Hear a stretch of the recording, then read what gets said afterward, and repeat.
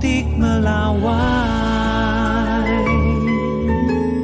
Yang jelas gini, sebagaimana juga kami di KPU RI, meskipun pemilu presiden dimungkinkan untuk terjadi putaran kedua, dan memang tidak dilakukan karena memang putaran pertama sudah selesai, tetapi kami tetap menganggarkan waktu itu dan juga menyusun tahapan terkait dengan pelaksanaan pemilihan presiden putaran kedua.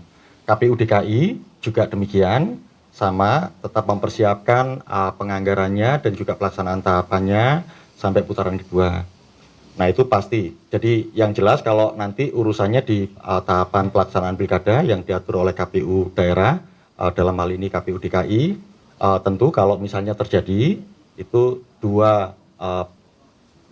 paslon yang teratas yang akan dilibatkan.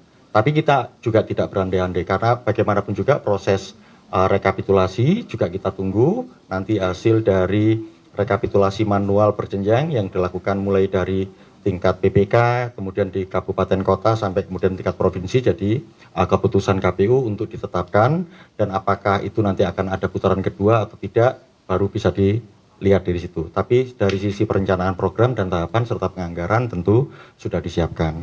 Nah, apa terkait dengan tudingan-tudingan macam-macam, KPU tidak dalam rangka berspekulasi untuk merespon apakah tudingan atau asumsi-asumsi semacam itu. Yang jelas kami tegaskan kepada jajaran kami di bawah, tadi juga sebagian sudah diupdate oleh Bu Betty terkait dengan komitmen kami di jajaran KPU baik provinsi maupun kabupaten kota untuk menyelenggarakan pelaksanaan pilkada dan baik, melayani pemilih dan juga peserta pemilu, termasuk komitmen untuk mengunggah C-hasil yang tadi sudah disampaikan salah satunya di DKI, progresnya kan juga di atas 95%. Jadi itu sebenarnya bentuk dari pertanggungjawaban KPU. Nanti kami juga melihat tentu memantau juga perkembangan pelaksanaan pilkada, terutama yang dari televisi, disampaikan juga oleh beberapa pihak bahwa mereka punya data. Nah nanti tentu saja data itu kan juga nanti bisa di cross check dengan data-data yang unggah dari C-hasil di setiap TPS yang nanti bisa diakses dalam situs Sirekap. Saya kira itu yang kami bisa respon. Pilgub Bengkulu Mas yang sudah masuk ke KPU mungkin ada yang Petugas KPPS mungkin ada yang meninggal kah? Ada, ya baik. Kalau yang petugas penyelenggara memang ada beberapa informasi, tapi datanya masih kami rekap. Nanti hari Jumat kami akan berikan semua. Tapi begini teman-teman, ini pengalaman pelaksanaan pemilu 2019 lalu yang kemudian kami mitigasi di pelaksanaan pemilu 2024 lalu. Memang ada sejumlah petugas jajaran kami di penyelenggara pemilu yang kemudian jatuh sakit atau sampai berpulang, tapi kami langsung segera atasi sehingga problem-problem itu tidak terlalu mengemuka.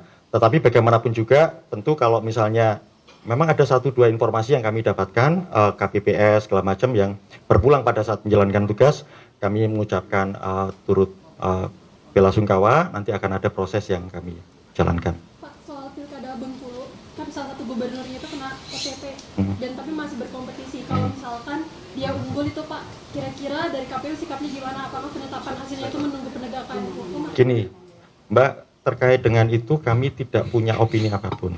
Yang jelas KPU akan bertindak sebagaimana aturan-aturan yang tersedia. Nanti Pak Idam juga bisa menjelaskan terkait dengan kan nggak hanya Bengkulu ya, ada beberapa daerah yang mungkin situasinya relatif sama. Itu sudah ada mekanismenya, termasuk bagaimana kemudian exitnya.